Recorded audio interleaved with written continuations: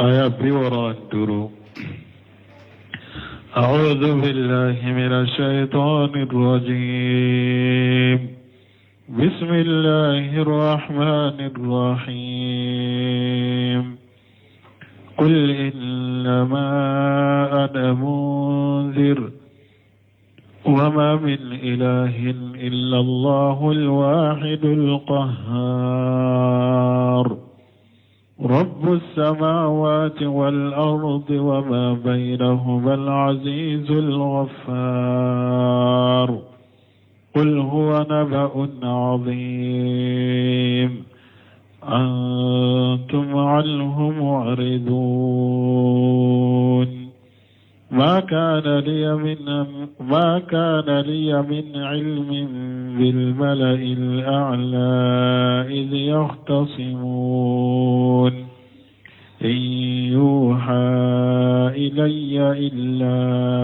أنما أنا نذير مبين. بسم الله الرحمن الرحيم. والصلاة والسلام على نبينا محمد وعلى آله وأصحابه وسلم تسليما كثيرا. سبحانك لا علم لنا إلا ما علمتنا إنك أنت العليم الحكيم. أستغفر الله الذي لا إله إلا هو الحي القيوم وأتوب إليه. اللهم انفعنا بما علمتنا وعلمنا ما ينفعنا وزدنا علما. بيكاري سوية هجرية باكلي أني كمناني أني بيناني أني ولون فلا سهر الجماد الآخر من هجرة سانكال ورونا بسويني وفلاناي ميلادي نصارى كجاتي بافلاني مغاني دورو سانكالو تانيكلنا بسويني ومغاني سباناي أمبي دورا بو مسجد رجاء وامبوكونو. أعوذ بالله من الشيطان الرجيم. قل إنما أنا النذير وما من إله إلا الله الواحد القهار إلى آخر الآيات. على قتيد ما كافو كافروية منو يمشركيك nu tumba ke ka ko don yini ciden fe munun te hadamaden barai ala ko ciden ka fuye innama ana naziru innama ana munziru aw be ko munun yini ne fe ko te ne bolo koy ko cigi ala de ne taye munye ne ye baga bagali kala de ala ne cide kinke baga bagali kala ye munun ala soso ka bala tama ka ba qur'ana ma ka ba cide ma ka baga baga janga kata min bawu soro jiya kono ani lagar ne yo wode me ko te ne bolo de o ma min ilahi illa allah awa bato fen site fana min ka bato ciani ala kilim bewte al wahidul qahhar ale ala kilim pewde do ale ka karabali be damfen beka damfen sika karabali taka ala kilim pew bato fen site min ka bato ye ciani ni ala kilim pewte kilim pew awa kilim pewde kabar karabali kala karabali kala fulate de na yasro karabali kila fula de be danfeuna o karabali kila fula be kenye ube dona she soro doka me tepi alaye adama da fokata jian wuli a kelem pewde karabali kila kelem pewde be danfeun karaba ale de ka karabali be beka karabali kila fula tede kelem pew ale de kamarali be hadama dunka awa alam min ben nin chogola de ni ale de ye bato fen kele ye bato fen site min ka bato chani ale te awa karabali kelempew ale de yo ye awajibran ala kelempew be kaninde bato ni nye tawhid al uluhiyya bato be ala de tay tuma mi ala yo bange ka fo tawhid uluhiyya bato be ala de tay bato be ka ke ala de anana tawhid rububiyya fana banganye ale kelemto de bato fenye ewa a kelemto de dalike fana ako rabbu samawati wal ard ko sankaba wolon fula tigi de alay duma ko lolon fula tigi de alay wama bainahuma min be sanni duguce o tigi alade al aziz alam min yem masabay al qaffar alam min ka junubu ya fakacha na be jon suturay ka junubu la araba ya faye ni nye tawhid rububiyya fanay aya yira kelem tawde bato masay tawhid uluhiyya aya yira fana kelem tawde dalike sankaba tigi wolon fula tigi yale de duma ko wolon fula tigi yale de mimbe sanni duguce ale de tado de tigi yale alade masabaye ijjatul qadari wa ijjatul qahari wa ijjatul mutinai ale alade yoye al qafaru junubu sutura bagana ya fa bagaye alade foyde te jiya kono mimbe se ka hadama den ka junubu ya fa ni alade junubu ya fa masa ya alade juma ya fa tigi alade قل مهمرا فويه هو النبو العظيم هو النبو عظيم نيني كبارا نكا تشيدنيا من فلن نيني على ينشي أوما نمبا فيكا كومنو فو أويه لا غرا كولا كنونو كولا أرجانا كولا جانبا كولا نونو يكوبا ديد دو يافو ننشولا قل هو نبو عظيم نكا تشيدنيا كان أوما كبارا باددو do ba fo fana kul mahamura fuye huwa nabaw azim qur'ana ye kibariya bade nin qur'ana min jigna au ka kibariya bade nin qur'ana antum anhu mu'aridun aw fana ya akodi o makabama ma kana li pour kayrawula ko ne ye cidende kana awma o delay munye o tamashe munye kayra ko ne cidende kana awma ما كان لي من علم بالملائكة على سانكبا كرو تالي ملكاو ني على تنبه كون فالي فالي كما فالي فالي نيغونا آدم داليلا ودوني تنتني بلو نياي نانا اوفاوية كومي أكيرا نيانا وبا سبتي كايرا كوني چيدن دي من با سبتي كوني ني چيدن كباريا من تمنا سانفلالا malikiyawu ni ala ceye ne tuntede min ni ne nana ko fawye komi akera nyana afo akera chogomi nana afo awye o chogola o ya sabati kaira o yeta mashe ko ne nabu nyuma de la nye yode ma kana liya min ilmi bil malaila ala sankaba koro tale kibariya munun tumbe o doni tuntene bolo ne mabwa kalamu iji yaqtasimun tumami sankaba dunke utumbe ewa nyogon fale kumawla tumami ko munun temena unu nyogon ke sankaba la adoni tuntene bolore ntunta do inyuha ilayya nema doni foye fo ala ya wahaude cimma ala ya wahaude cinema killa duniya ala inyuha ilayya illa annama ana nazirun mubin nema sankaba korotale kibariya min kera mamma tunta do nya doni minye wahaude do wahau cira nema wahau min cira nema nete foye illa annama ana nazir mubin ne yabba bali kala de kataw madronin ka baga bali be kene ka bangalelon يقول تعالى بنكسر كالتوسير لكو على كل من كرتالين آمر الرسول صلى الله عليه وسلم أن يقول للكفار بالله المشركين به المكذبين لرسوله ألا يا كتشيدن يا مري ألا كترونا كسي بتشيدنغا كو أكافو كافرو يمون كافرني ألاي أنو نو يفنورو باتو كفر ألاكا أنو نو يألا كتشيدنغا لونتيغا كو تشيدنغا فويه إنما أنا منذر لستم كما تجأمون ne bagabalike la de ne te kuma u bagalon focco ko mi de sankaba do jiganka de ni ye cide munna ewa ite kulu mabbo makala anka sika seneke de ninkede aw be munun galon fo neto yede ne bagabali kelade nte bato fenye fana manka bato fana alaka hakke manka nyini nefte ne manka bato ka faralaka aw be munun galon fo neto yede ne bagabali kelade katauma وما من إله إلا إله الواحد القهار أي هو وحده قد قهر كل شيء وغلبه ala de ye fembe karaba ala de shela fembe ma ala de be she fembe ma ala de fembe karaba ala de be she fembe la ala kelimtu rabbu samawati wal ard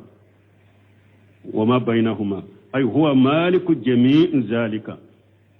shanka ba wulun fulay marali ala de tay duma kulun fulan marali ala de tay nimbe sanni dugu ci ala de taru mana nimbe ye ala kam marafenya abbe ومتصرف فيه على دبل أبكا كونيا نبوفنا نيمبي كم مرالي كلاي على دبا أكا كوبي نبوفنا سانكابولون فلا كاكو على دبا نبو دوما كولون فلا كاكو على دبو نبو نيمبي ساني دوغوتشي على دي كم مرالي بوك على دبو كاكو نبو علي عزيز القفار أي قفار ما أجمته وإجته كفر على كبونيكا أنا ككورتكا يا فم مصدو she baye ka fembe ke aka karbali be fembe ka me ona tabi abe yafa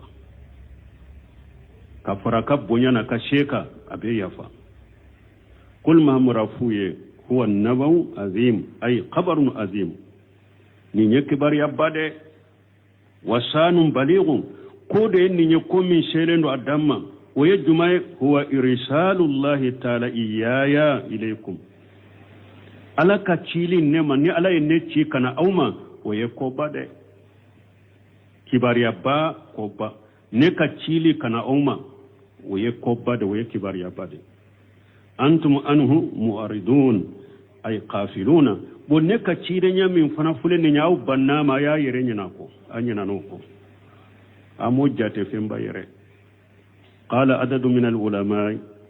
doni ka ba jate udoko fi qawlihi ajja wa jalla alaka kumala masamin kabba kurtaleno qul huwa nabaun azim yani alquran doko ko qur'ana ye kibariya bade qur'ana ye fembade do ya adambe kata oma dramani sadi be mi sembenti ale be mi fo bun kasiri ye folo mi fo ngati denya manam bake ka ko dogole munun fo awuye minye arjanna ko ni lagara ko ni jahannaba ko ani saka kunu nunu nye fembawde kibariya bawde aw fana nyinana wo ko aya abba uma wa qawlu ta'ala ni ala ko ala min qurtalenu ma kana liya min ilmi bil malayli a'la id yaqtasimun ay lawla al wahyi ni wahu tunte min ayna kuntu adri bi ikhtilaf al malayli a'la sanka ba qurtale mari kan ye nyogon soso minke ni wahu tunte ne bodo chodi ni wahu tunte ne bodo chodi ya anni fi sani adama alayhi salam wa mitina iblisa min sujudi lahu muhattajatu minye ewa adama malikan ye kuma nyugon soso minke adama ka kibar yala ani iblisa shaytan ye banni minke ka sujudi ke adama ani ni shaytan ni atigi ala yere ye nyugon kuma nyugonya wa muhattajatu rabbahu fi tafdil alayhi ani ni aye ala yere kuma nyugonya ka foko ale kausa adama shaytan tumbe kuma fo wakati mi ka fo ala yere ko ale kausa adama ko makene nyana de ntunta do me nya do ni juma ya la ye wahude cimma anyo do fanko abdurrahman sadi ko tuma mi cide nya fuye ko ale ye bagabagali kala de kana umma aya sembenta bolo puru ka sembenta katamanse ka ciya tigiya ko ne bagabagali kala de kana umma ko min kera sanfe malikiyawu ni ala ce ani adama sujudi baliya iblisa sujudi baliya adama o ko munun kera sanfe ne tunto kalamade ntunto dode me nyu do ni wahawde ni ne nana o ko fo awye aka fo awye kuma kera chogomi o kai rawla ka funya ci dende parce que makenya na ala de wahawci maka be fonne فأما الحديث الذي أرواه الإمام أحمد عن معاذ رضي الله عنه بنكسر كما حديثا مننا ni ahmadu ya nati kabo muaju bolo kabo chide mulabina hadisa info parce que ni min fule ni nye ko ni chide ko makka kafiruma sankaba dunke utumbe nyogon soso min kera uni nyogon cha adama ka kola ama kenne nyana den tuntaro ala de wa hawchimma kala la dunya la don bo oke hadisul manamil mashhur do bo ko ode bunkasir bake ko de la ko kele unte min fule aya kono ani hadisul manam al mashhur ko kele unte hadisul manam o kera sinu godela o faranfanshiya hadisa in kuna bena fo bon nin fana ala yen nin fana faranfanshiya o bena fo ayawle ko kele unte bo sankaba dunke o kanyon soso min fule ninye adama ka koinde ay ala yere bena prepare latige ayawla nyefe ninye ode be bunkasiru ko me hadisa min be fo ni imamuna ahmadu ya nati kabo muwaju bolo qala ko muwaju ko حتبس علينا رسول الله صلى الله عليه وسلم جاءت قادات من الصلاة الصبح من صلاة الصبح قدون دولا قدشيدم نينا أما بوكنا أما سوما صلي لفجر صلي شيدم نينا أما بوكنا فجر صلي نويه حتى كدنا نترى أن قرن سمسي فو أتورا دوني دي أنكا تلي كونيرا نيغونا نتلي بافي كابو atora doni dan katile kunyira nyugo na nitile bafe kabo tellement ka mena ama bokana fajiri salinanye faqaraja sallallahu alaihi wasallam sari'a ambo la dorok tile ma bode atora doni de tile ka bonka tile kunyira nyugo na ambo la doro ciden tele yale borakana fasuwiba bi salati wa yusalli qurta ka salli jo fasalla ciden sallira وتجوج في صلاته أدو أي سلين سرنا أما سلين جانيا يا سرنا فلما سلم تمام تشيدن يسلموا بلا قال تشيدنكم كما أنتم على مسافيكم أوا أكو أباك سفلا تشومي أي بكاتو يشيرو لايك سفلا أباك سفلا تشومي بكاتو يشيرو لا ثم أقبل إلينا وكوف تشيدنيا أنيشي أما فقال تشيدنكو إني سأحدثكم ما حبسني عنكم القادات أكم بنا أكم أو نغنيا وبرو نغنيا من يمنا سغمينا بي نمنا أو مجرنا بنو يفوي إني قمت من الليل فصليت ما قدر لي أكو سوكونا ننولي لا kan nafila de ke ala ye millatige ye nyu salli fana asitu fi salati njingoran ka salli kono hatta astayhajitu fombora nyire kalama fayja ana bi rabbi ajja wa jalla fi ahsan surati mbebo min kalma nyin tigi ala ye sawra min kany hadisul manam me chide ala yeli min fuleni nye chide mbolo ninkera sino de la ala teye jiya kono de ninkera sino de nyin tigi ala ye sawra min kany kayra fana sawrati ala la fana laysa kamislihi shay'un wa huwa samiul basir sawrati ala la de ambiro prevelati ala bese ka ye aka jondo bolo meite se ka ye sawra sila paskala no foite kelenya bumbaji yofu ka fonye ala ye hadamaden sawra de la ube fenya na mado ka sawra la ube nin sa akwala toye laysa kamislihi shay'un ala te ye sawra sila akwa mugo do bese ka ala ye koni sinogola abe kuma do fuye abe nyamar ka do fuye me ita ye sawra sila ani foye bolende me ni iya ye ni ye femmi nye fana ayi nyamara ni koye ko munun ta ala ka nyamar ko ye mala ye wala de ye setane de me ko ambe ciden ka hadisa de fulani nye fulo ciden ko ya tige ala ye sawra min kanyi fa qala ya muhammadu ko ala ko muhammadu atadri fima yaqtasimu lil mala'u ala ya la ibado sankaba kurotale dunke ubake ka nyogon soso minnawa qultu la adri ya rabbi ciden ko le ko ala masigo nan tigi ala neto do adaha salasa ala se kuma yin sagi sinya saba yala ibado sankaba korota le dunka bakka kan yugon soso min nawa ci den ba fu ne tado faraituhu ci den kwale ya tigi alaye shi nogoina wada kaffahu baina kitifayya ko alaya atege aya tege da ale kaman fulani nyogonce hatta wajadtum barda anamilihi baina sadri fuk ale alaye ko ale cide ko aye alaka bolonkoni sumaya aya soro adisi fulani nyogonce na chogo dola baina sido aini ko aye ala bolonkoni dew a bolonkoni ko fo ayu suma soro ewa ashi fulani nyogonce disila bima yeligu bi jalalihi nunun ba sabati bolo be alala tege fara be alala ciden da yafo kafayya kitifayya wada kafahu aya tege fara aya adda baina kitifayya in kama fulani nyogonce hatta wajaritum barda anamilihi baina sadri fonye alaka bolonkoni suma soro ndisi fulani nyogonce nsin fulani nyogonce nungu ambe nunu sabatalay salfa salu ko nindema ambe nunu sabatalay ko muruha kama jaati salafu ko nunu dema ayu boli ko munana choguma yu fo chogola tege fara be alala bolonkoni be alala bima yaliqu bi jalalihi bila takyifi wala tamsili wala ta'tili unana hadisa kono chogome ube nana aya kono chogome ba fo chogola kadda yorola kana foyi ba a foko a betende ube aywa ka misaliya ube ka fo a bolonkoni talala tege fara tala kana ninfo ana ciko mi doro a fo chogola fatajalla li ala bangaranye wa kullu shay fimufe wa kull fatajalla li kullu shay ala yefembe bangene wa arafutu aywa nya bedo fana bo nim fana tayira hadisa saru ba ko nim fana tayira ko cide be ko dogolen be do de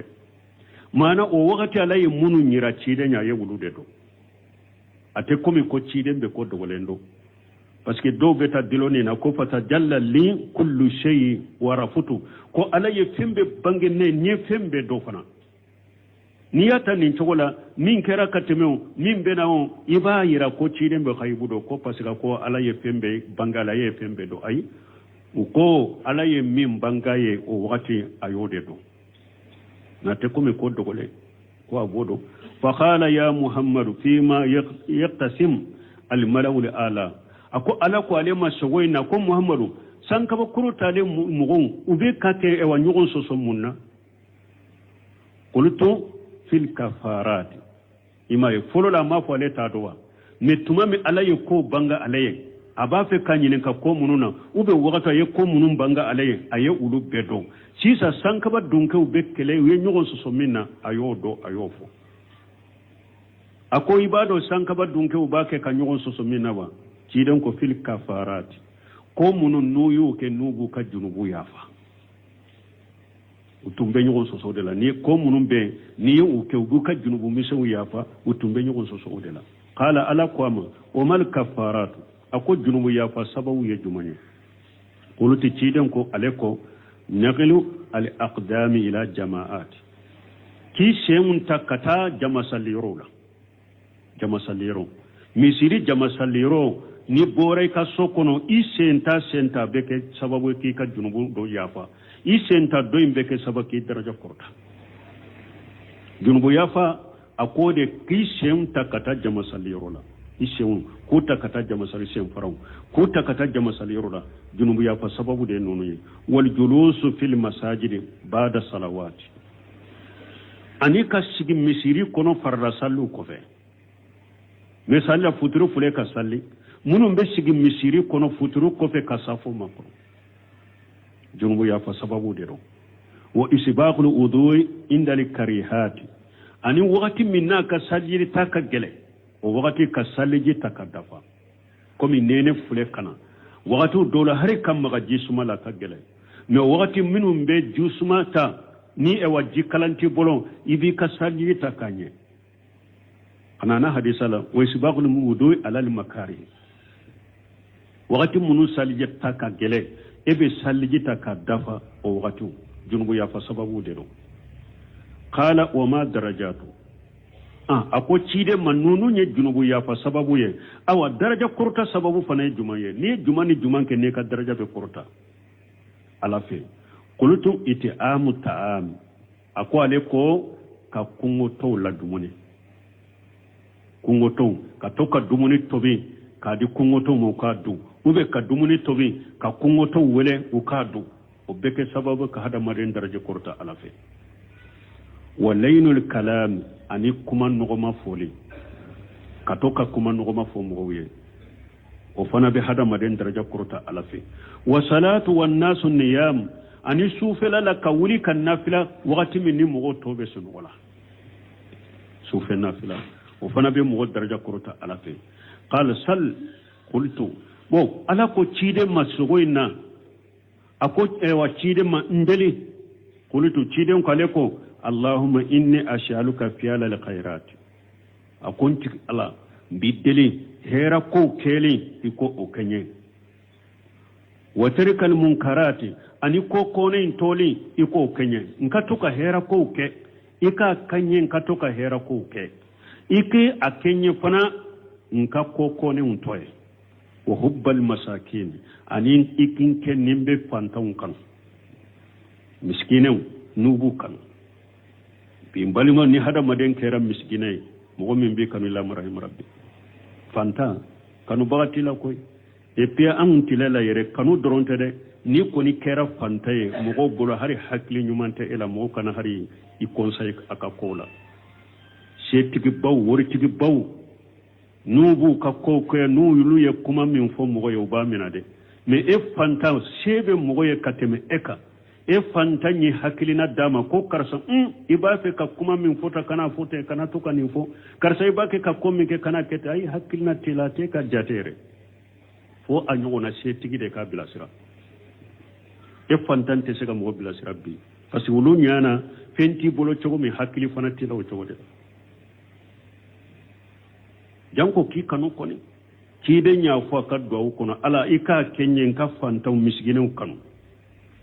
wan taghfira li wa tarhamuni mbe ideli fana ikin ka junubu yafa ikin nema wa idha aradita fitnata bi qaumi fatawaffani khayran maftuni ni fitna la nyini ni mugawiye ikan ni fatu killa shay iman ni fitna lente ni fitna la nyini ni mugawiye ikan ni la fatu killa shay makasrum fitna lente wa shaluka hubbaka ala mbi deli e alaka kanula ikika kanu kenye wa hubba man yuhibbuka ikam mo ka kanu dundu sukuna mo min be e alakanu wa hubba amal yuqarribuni ila hubbika ika bara kanu dundu sukun kono bara min na bengere e alaka kanula ila hubbika ika bara kanu donna bara mi ni abengere e alaka kanula wa qala rasulullah sallallahu alaihi wasallam alaka ciden kalaka tanuna kisibaka inna haqqu awa ako jamama tumama yennin kuma fo sebawe akon ni nyacinya de fadrusuha wa ta'allamuha ayenni sebe ayennin kala akado mfule kam min fi awiyete aya kala kado ni nyacinya de donc bun kasir tumama yennin fo ako fa huwa hadithul manami al mashhur akon ninde ko sinoka hadisa min bangaleno kon ninye ode ni hadisa min fule ninye doni kibaw ye nyogon soso asahalina sahabal yala me Sheikh Albani la sahafi silsilata hadisi sahiha Albani hadisa sahih uba kon ninde ma ko hadisul manamil mashhur ومن زاله يي خجatan faqad khalita bun kasir ko nim mo min ne hadisa kede ko mi cide nye ninye ala yet nin chogola ka to anyanda akwa atike ya nyagambide nin kera sino godela cide fule ko ale ala ye sawra nyumana nin mo min yen nin ke ko cide nyana malende ye ala ye ka to anyadela ha anyagambira de ni sino gode wa huwa fi sunani min turuqi ni hadisa be sunna kitabula ni nan to ko chamanye turmiji nunu buni majah nunu nasai nunu abi dawuda nunu uba fode masunan ni hadisan nanu la nisra chamani wa haja li hadisu bi aynihi qad arwahu at-Tirmidhi akonni hadisa yere jati ko Tirmidhi ya bo wa qala hasanu sahihu Tirmidhi ko hadisa in kanye kwa sahadendo walaysa haja al-iqtisam huwa al-iqtisam limajkur fi al-Qur'an sankaba dunka kan yon soso min fulen ni nyenni hadisa in kono bun kasiri te kon ninte sankaba dunka kan yon soso min be Qur'ana kono to yede fa inna haja qad fushira yon soso min fulen ni hadisa kono ci de nya faranfansiya sankaba dunka tumbe yon soso ko min nanena ci de nyo o tafsira nya yo faranfansiya wa mal ihtisamu alladhi fil Qur'an mais sankaba korotale dunka kan yon soso min be Qur'ana kala fa qad fushira badaha ala yereyo fana tawsiri nin kuma kofe wa huwa qawlu ta'ala wa yajma alaka kuma min bena donc ko kelewunte donc ni nyesi no de tay wala ciden sugura aye ala ye sino de la fi hasunu sura donc had ala teye jiya kono anna sahih muslim kono anna nabiy sallallahu alaihi wasallam qala yawma hajjara an-nas ad-dajjal تعلموا أنه لن يرى أحد منكم ربه أجا وجل حتى يموت تمام تشيدني الدجال كبار يافو سهي مسلم كنو أي الدجال كبار يافو كبريفلات مغوية أو أكاكادو بس الدجال بافو كوالي على ده تشيدن كاكادو أتجي على موسي تشيكا وتجي على يا أبدا فوي كاسا donc ko hal sayere ala te se ka ye kanyana mo yakuno nyeri ki to nyala jankoro be ala ya te se ka kere ki den ko mo si te se ka ala ye foy kasa wa qad sabata bin nasl alquran asabati rani qur'ana kolonje anna musa qila lahu lan tarani ala ko musa ma ko ite se ka nayade wa anna uriyata allahi a'jam min inzali kitabi min as-samai be ka do fana ko ala ka yeli kabbo ka teme kitabu jigilen ka kabo sanfe ala ka yeli kabbo qur'ana jigile bun teme de be nonu fo majmu fatawa kono de ako kama qala taala yashaluka ahlul kitab an tunzala alayhim kitaban min as-samai faqad salu musa akbar min zalika faqalu arina allaha jahrata ala ko qur'ana kono ako kitabe dunka ubeni nyinenka ubuna anyini fe ko alaka kitabu do jigi wuluka kabo sanfe mamadu kitabe dunko beni nyinin kanina nu yi nyinin kanina nin kani tora kana balila kitabe dunko ye fe nyini musa fe nin kabbo kitabu jigiye o ye jumaye arena allah jaharata ko ala yanya nyeni nyankaye o kabbo ni kitabu jigile faman qala inna ahada minan nasi yarahu faqad ja'ama annahu ajama ni Musa ibn Imran buntemia ko ni mo minya wole kata mo minya galon fo ko eye alaye ube mo doye alaye anyana jiya kono ko etigi iyo yira ko tigi kabo Musa ala ko Musa te se gale ni e ko mo wore alaye jiya kono anyeni akato anyana eya yira ko tigi kabo Musa ibn Imran وداواه أعجم من داوى من إندا أن الله أنزل عليه كتابا من السماء مؤمن بني فوقو عليه عليه بنتمي أكو يفهموري كتا عليما أيرما من كبو كتمي كو عليه كتابو جغالك يكافو كو عليه رينيانا سنغوتي o kabbo kateme e ka foko o junubu kabbo kateme e ka foko عليه كتابو جغالك nimbe majumu fatawa kono wala kaira ala ciden ka ala yeli min fulen ye sino de sino cide sanna yele anana hadisa salena shaghigu bolo qala qultu li abi jar ko dondo la le ko abi jarima li abi jari law araytu rasulullahi sallallahu alaihi wasallam la salituhu shaghigu ko dondo la ko abu jarima ko ne tunye cide nye ntumba nyinenka fa qala an ayi shay kunta tashaluhu abu jaru ko itumba nyinin kamuna qala kuntu ashaluhu hal arayta rabbaka akwa le tumbe chide nyinin kare yesanna yele minkew ya la yitigi alayewa qala abu jari qari salitu abu jari kunne ci de nyin kanina ngoy kasanna ilaye alayewa fa hala araitu nura ci den kunne nuru de ne mala yede ne nuru de wa fi riwayati nuru anna arahu alaye nuru de ne boye chogode na chogodo la ya funinjo alaye nuru de ne boye chogode ala donc hadam ma de cité sega alaye ki do jian kono nyana mais yowmal khiyama do ala beye kiyama ala beye bun kaske wa bun baji ko munala te sega jian kono ko jian la jarabi sode balawuni la jarabi sode jian ako jian fana bebe jian kono mogo jugu be jian kono mogo nyuma be jian kono ako de ya to ala kabbo akaye jian kono ala baredi kabbo ma o de ya to ala ya bila arjanna kono de nema wudda falende ye alaka yeli nema kabbo har arjanna ka nema to do be wodi ya to ala ya ka yeli la sago ka jonyuma wunye arjanna kono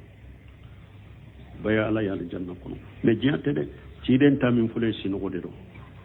o uya nyininka bumbaji nyininka yala mo be se kala yeso gola wa ako mo do be se ka ala yeso gola meita ye sawra la de fo ñaayi hadamaren sawrade ube ñaayi fe ñanamado sawrade ube yañi ni sawra suude ala teye sawralade laysa ka misluhu shay'un huwa samiul basir ala ni foyte kelene ni e ko ne ala ni ñin cogode ala ni fe mbolendo ani foyte kelene e ba ye fe sawrala cogode bo akume bunte mi ako mogo do be se ka ala ye sinogola me ako ala yeli sinogola sawrate yede mogo kanyi nyogo nye cogomi uni ala yeli kasuru nyogo nyogo cogode la aw kan nyogo nye kata cogomi ni ala ka jonyuma ni mogo nyuma doye ibese ka aye sogola meite sawraye iba ya beseka kuma fe abinya maria o beseka ke aw bumbaji ko ni ala ye fana e ko ala ye iko akon kana salli nka salli toy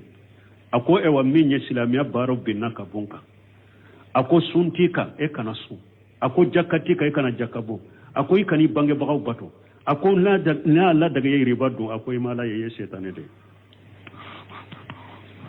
imala ye wala ye setane de ni ekoy ala ye itaye sawra la kele afulana na yi nyamara ni fe mununye ni ala ka nyamar kaunde do ala beseka ye mo kanyi nyogo nye chogomi akanyi ma yabe nyogo nye chogomi aka ala ye sinogola mo min kanyi kateme eka aleka ala ye sinogona no kasuru katemeka o chogola e wate sawra fanala awanna yi nyamar ni fe nyala ka nyamar kante menye ima ala ye setane da yire yire la abe Abdul Qadir Jailani tafo Abdul Qadir Jailani adalaka ko alebe gumin kalama nyabe setane tara sigi seji do ka sanni duguce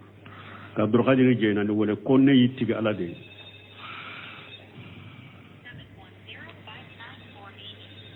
ako ikhshadu wallah Abdul Qadir Jailani ko ala ka jugu dogoya be kala ka jugu ako alay noro minye seji ka sanni duguce na ko alay alay ako alay ni fo yorome ako a'udhu billahi minka ikhshadu wallah ako noro nkera siside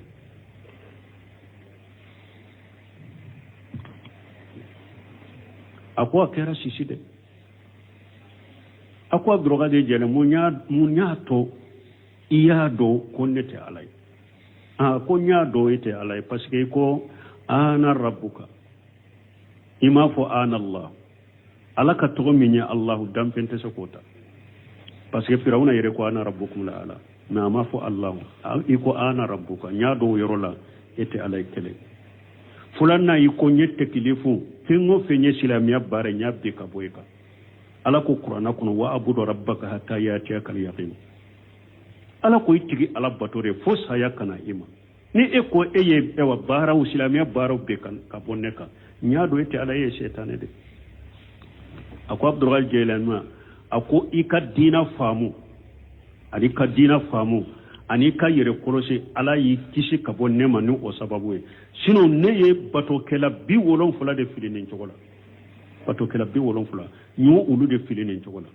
awa asufi chaman na terega dugu chaman be no ba fu ya la ye de ya kete de ube nyechi de nya be setane de bi ayere yira bela ku be fili ku bila nyaman koro ni chogola la kan kisi kantanga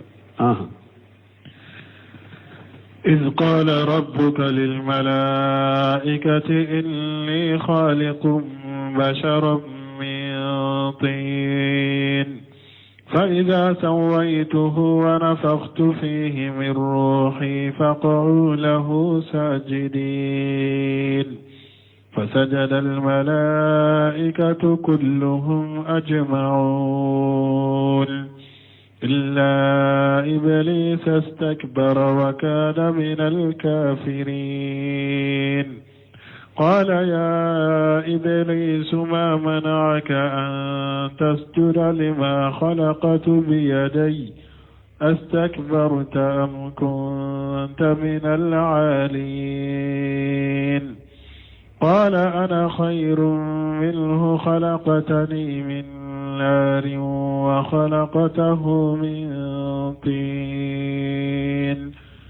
قال فاخرج منها فإنك رجيم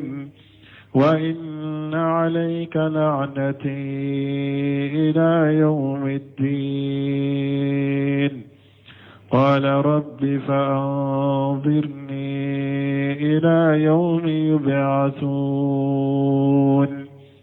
قال فإنك من المنظرين إلى يوم الوقت المعلوم قال فبعزتك لأغوينهم أجمعين إلا عبادك منهم المخلصين قال فالحق والحق أقول لأملأن جهنم منك وممن تبعك منهم أجمعين نيني على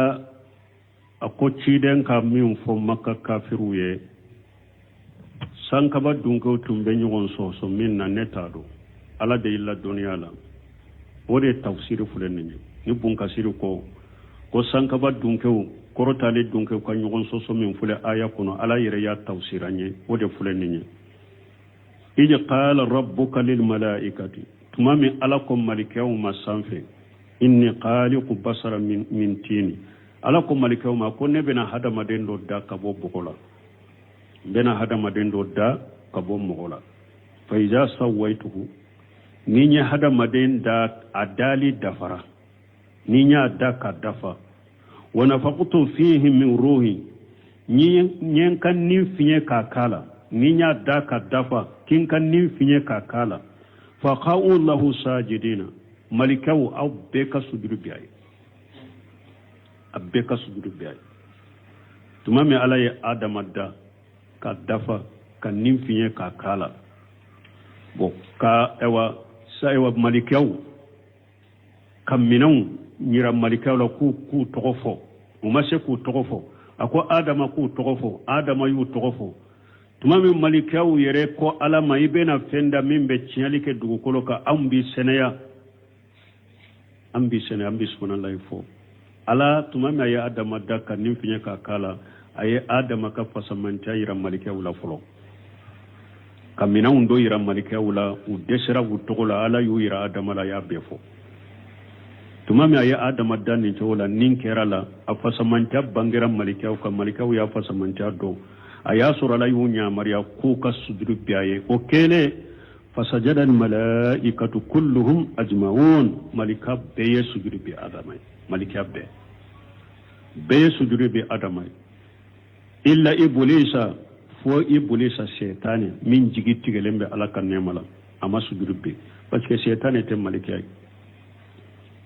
atumbe alabato ka fara malikaw ka sanfɛ mais malikiyate una basko shaytani madelika ke malika nyatu una yele wa kana min al jinni ona na suratul kaf kono jinna de do malikiyate mun kasiri ko danyoro de ya jamfa parce que dara ka botta suma de da danyoro ya jamfa shaytani banna ka sudube illa iblis astakbara fo iblis ya yere bonya ka yere korta وكان من الكافرين إبليس الشيطان توني كافر دي على كدوني كنو ساني ننكاكي على يادو كافر دوني ساني ننكاكي qala ya iblis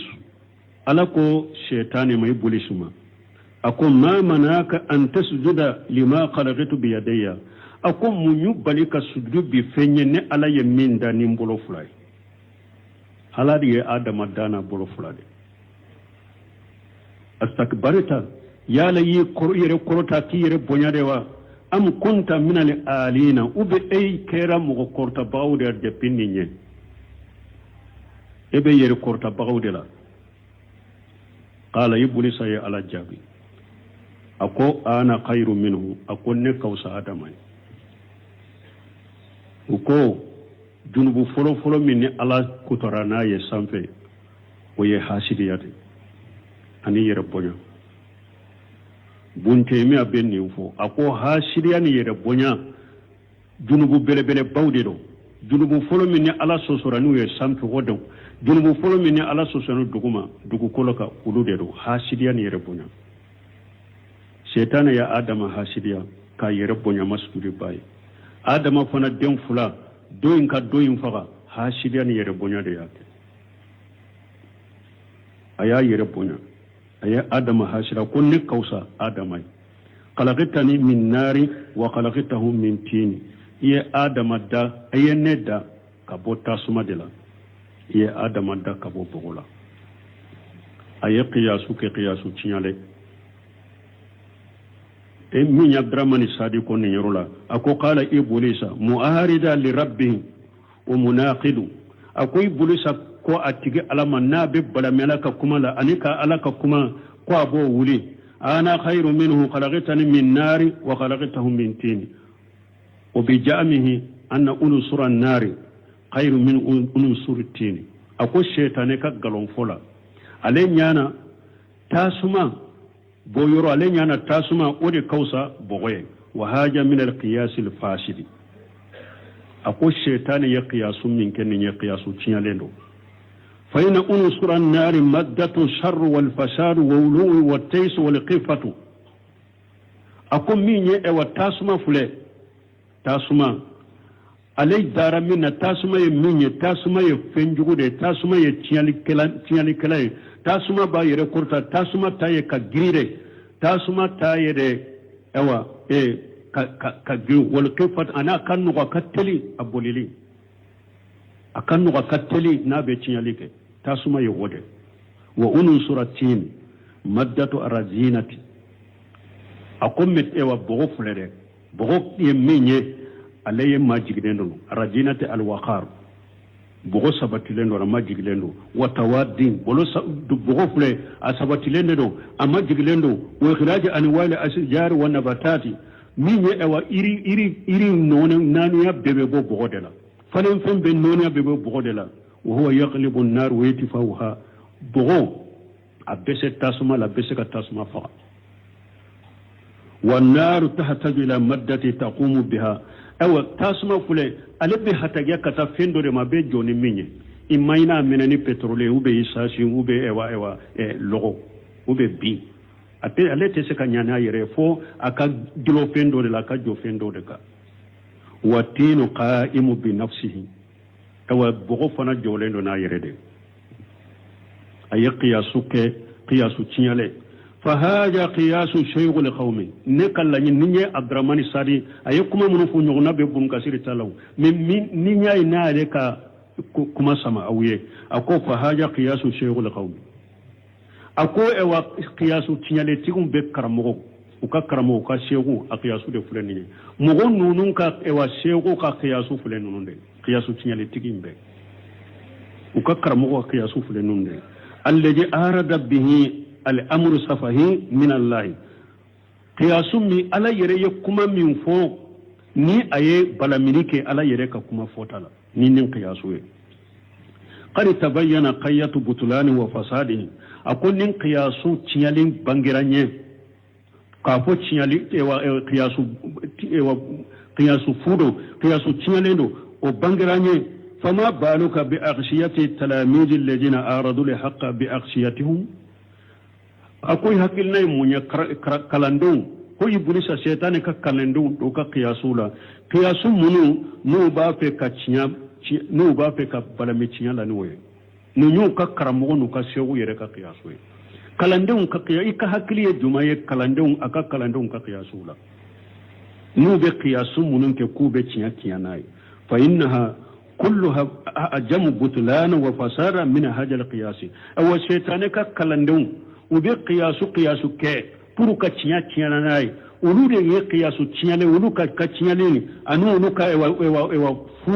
ودي بانغالين وكتم هذا الشيطان يرتاك أكا كالندون بقياس تشيا لي منك كوبا تشيا كوبا أتشيا ناي ولا قياس بيتي من هذا دينا لنوكو قياس ببارك القياس الشهير قياس سهل أما قياس مي ني قياس تشالندو وبافور ما القياس الفاسد الاعتبار قياس تشالي ودي قياس كو شيطان قياس نيغنا قياس كفندو فن نيغونتي منون تسرا لاير بافور ما فاسد الاعتبار ويقياس تشالند جاتته كلوكا ولا أمبي كونتيني توسير الاركتا قال فاخرج منها على كو شيطان ما كوي كبوسان كباينا فإنك رجيم أي فركر فندي إجنن كبون على كنملا وإن عليك لعنتي إلى يوم الدين أو أنك دنگا بك فنفوسا كنودو فوسر لدون كدنگا بك قال ربي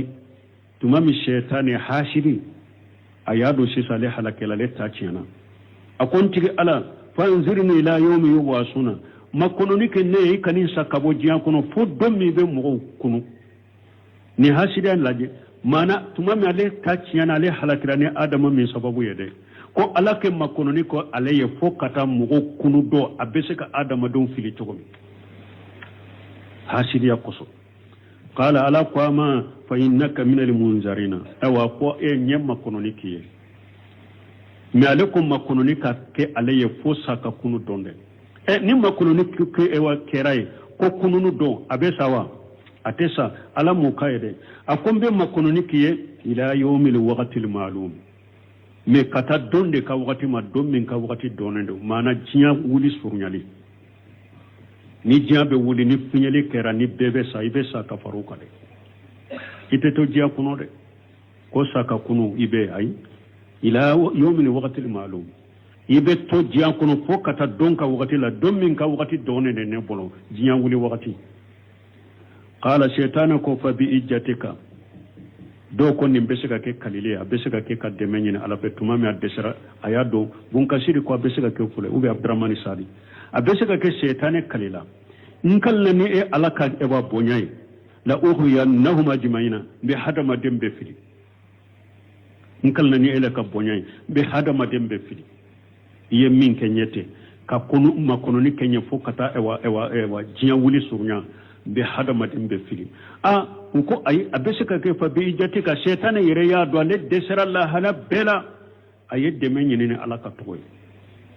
nye deme nyini ni alaka bonyai ani kam mankutu ni ka toy la uhu yanahum ajmaina be adama dimbe fili illa ibadaka minhum almuqlasina fo ka jonkala silew shaytan te sewlaw alaka jonjo benni ala yi qalasi kidda arjanna de kama shaytan te sela ako fo ka jonkala silew qala ala fana ko shaytan ma wala tumam shaytan ni fala ko fal haqqu ni alaka mankutu ye cinyade ni alay cinyade ni alaka mankutu ye cinyade wali haqqa aqulu e wambe fengo fembo fana be cinya ni alay mankutu ye cinyade mbe fengo femfo fana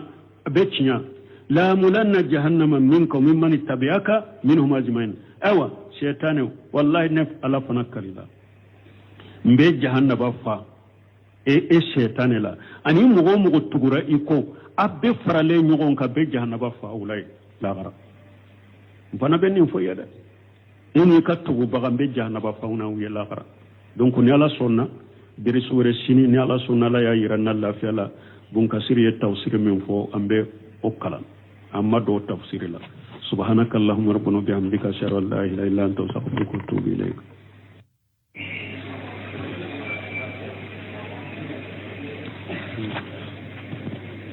سورة الصاد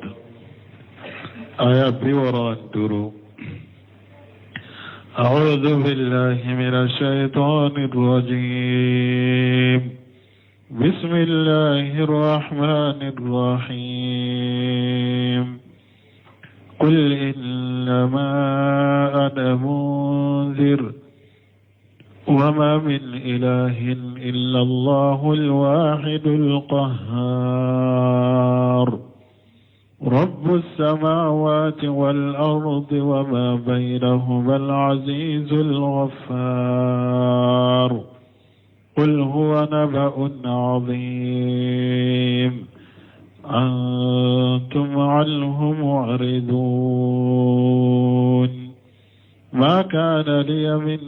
ما كان لي من علم بالملأ الأعلى إذ يختصمون إن يوحى إلي إلا أنما أنا نذير مبين بسم الله الرحمن الرحيم والصلاة والسلام على نبينا محمد وعلى آله وأصحابه وسلم تسليما كثيرا سبحانك لا علم لنا إلا ما علمتنا إنك أنت العليم الحكيم أستغفر الله الذي لا إله إلا هو الحي القيوم وأتوب إليه اللهم انفعنا بما علمتنا وعلمنا ما ينفعنا وزدنا علما